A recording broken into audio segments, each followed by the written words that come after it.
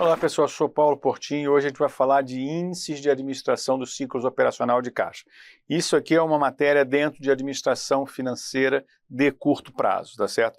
Essa parte aqui já é uma parte que quem viu as bases de administração financeira, de ciclo de caixa e ciclo operacional, viu que era muito banal. Estava falando, te dava os dias. Leva tantos dias para receber, leva tantos dias para você pagar, leva tantos dias no estoque. Estava tudo mastigadinho. Mas isso não existe na vida real e eu não tenho uma venda, eu não tenho um negócio, eu não tenho um produto só, eu tenho vários.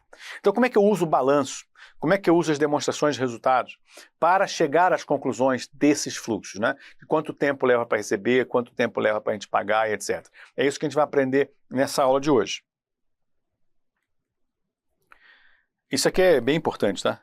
Despenca mesmo na prova. Realmente são as coisas que mais caem quando a gente fala de ciclo de caixa, ciclo operacional. Essa parte é similar ao estudo de análise de balanço, né? Há muita interseção entre os conteúdos. Só que aqui a gente foca mais na administração financeira. A diferença entre o que faremos nesse ponto e o anterior é que calcularemos os ciclos do ano diretamente para as contas das demonstrações financeiras. Ou seja, não vão dar para a gente de bandeja os dias, né? A gente vai ter que fazer coisas muito mais complexas. Para a gente fazer isso, pessoal, vamos tomar como base, eu vou repetir isso para os próximos slides para a gente não ter que ficar voltando, tá? A gente vai partir de um compilado de contas do balanço e da demonstrativa de resultados. Perceba como se misturam. O que eu quero mostrar para vocês aqui?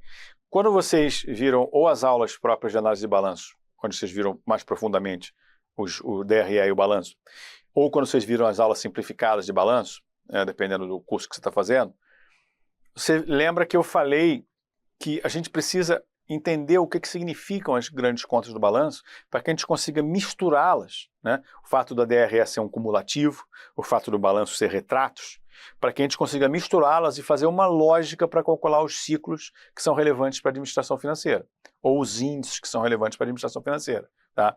Vocês vão ver isso com uma clareza enorme agora.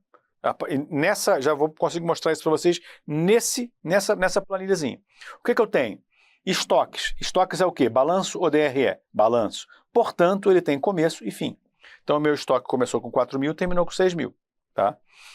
Contas a receber, balanço ou DRE? Balanço. Portanto, ele tem começo e fim. Ele começou um ano assim, terminou de outra maneira. Contas a pagar, começo e fim.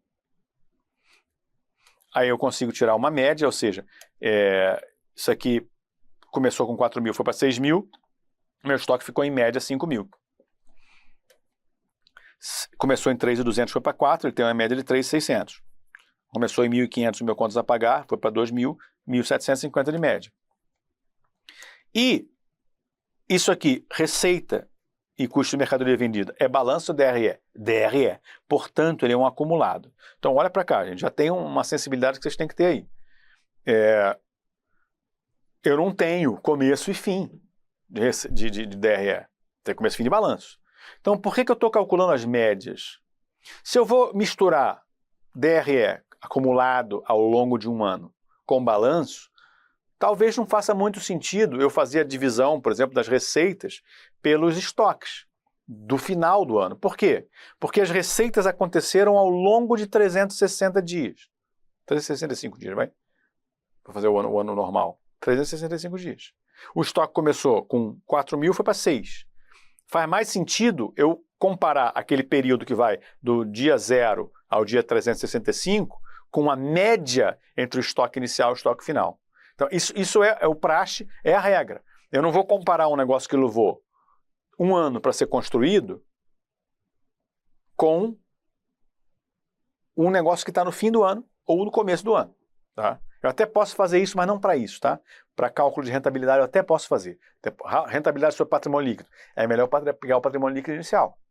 Porque foi a partir dele que a gente construiu aquela rentabilidade no ano seguinte. Mas esse caso não. Tá? Então vamos fazer as contas para vocês entenderem como é interessante que você consiga tirar aqueles dias de coisas que aparentemente não tem dia. Né? Vamos dar uma olhadinha. Eu quero calcular, pessoal, o ciclo de caixa, aquilo que a gente viu nas aulas mais básicas de administração financeira. Tá? Então a primeira coisa que eu preciso fazer é o seguinte, quanto tempo, como é que você olhando para essa tabelinha, você consegue estimar quanto tempo eu levo, né? Qual o período médio que o material fica no estoque? Lembra? Aquele período de estoque que eu comprei, ele ficou aquele tempão lá dentro, só saiu do estoque quando foi vendido. Eu não posso dizer eu não vou pegar para cada um dos produtos que eu vendi e fazer uma média, evidente que não. Eu faço uma conta geral do balanço, né? Então eu tenho aqui o seguinte, eu tenho o giro do estoque, que é custo dos produtos vendidos no período, dividido pelo estoque médio. Tá? O que significa isso? Significa que eu vendi 16.400, aqui ó, é o custo da mercadoria vendida. Esse item aqui, pessoal, 16.400, ele está dentro do estoque, tá? Ele está dentro do estoque. Ele girou dentro do estoque. Aqui eu tenho o valor de venda, aqui eu tenho o valor de custo, o valor que estava dentro do estoque. Então, ao longo do ano, foram 16.400 acumulados. E, em média, eu mantive quanto de estoque? 6.400 no começo, uma média de 5.000. Então, eu vendi 16.400 de venda, dividido por 5.000. Isso aqui dá 3,3 vezes. Ou seja, o meu estoque girou 3,3 vezes. E aí é fácil saber a quantidade de dias em média que você ficou lá dentro. Basta você pegar os 360 dias do ano comercial e dividir pelo turnover ou pelo giro. Então você ficou aproximadamente 111 dias com o material em estoque. Perfeito? Eu já tenho então aqui o prazo de estoque. Eu preciso de outros prazos para calcular o ciclo de caixa. Vamos lá. Quanto tempo eu levo para receber, pessoal? Olha a importância disso. Quanto tempo eu levo para receber alguma coisa? Quando eu falo de contas a receber, evidentemente, só entra aqui o que eu recebi a prazo, tá? O que eu recebi à vista é zero. É como se eu tivesse recebido imediatamente.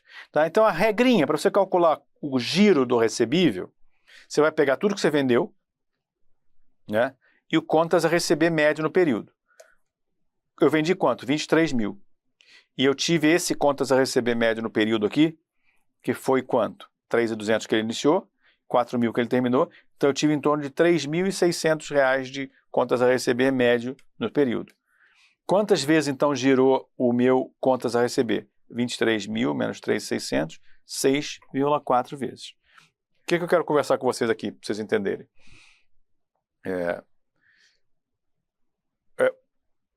Isso aqui é o seguinte, gente. O que eu fiz no anterior, deixa eu até voltar aqui para vocês, que é o giro do estoque.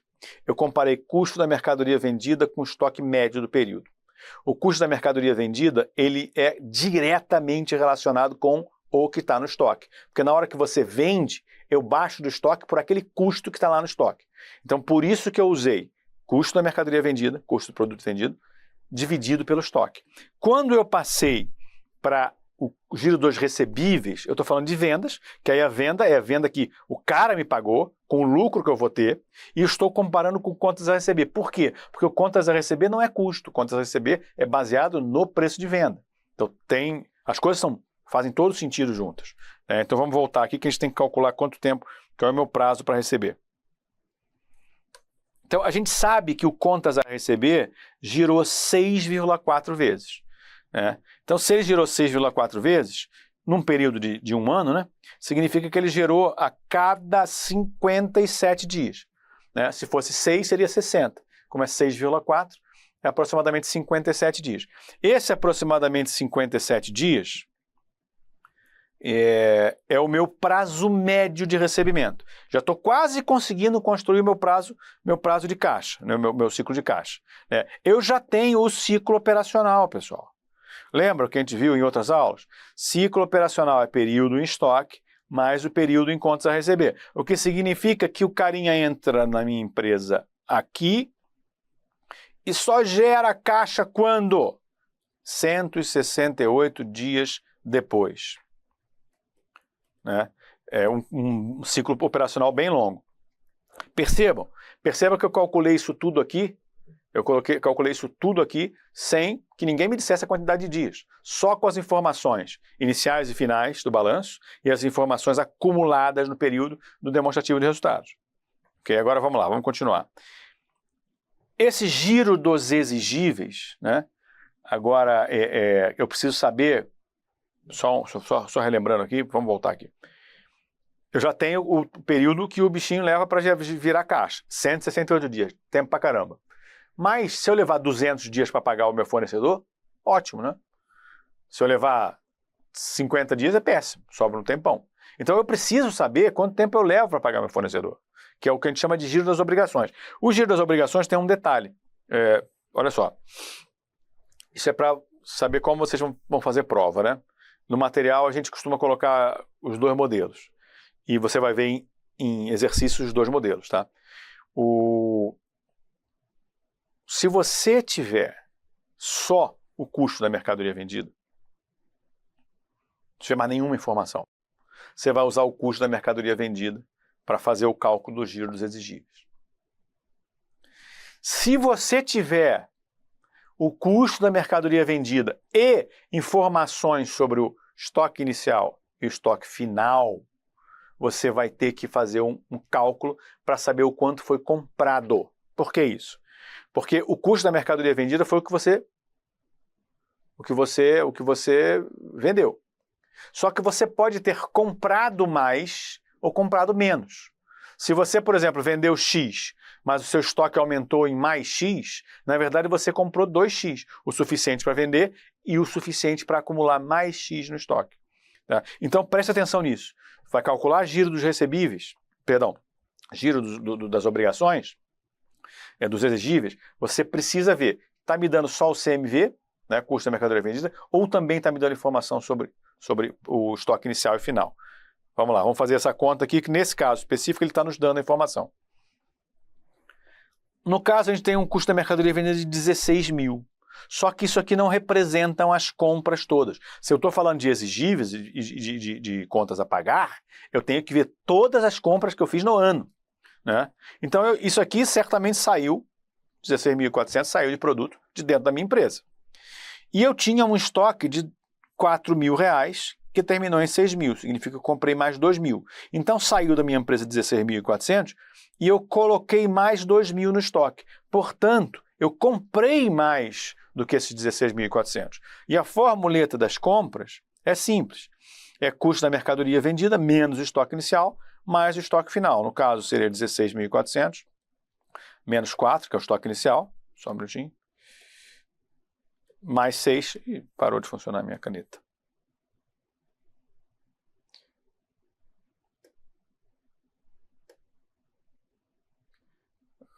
Só um minutinho, pessoal, vou voltar aqui a caneta. Isso. Pronto.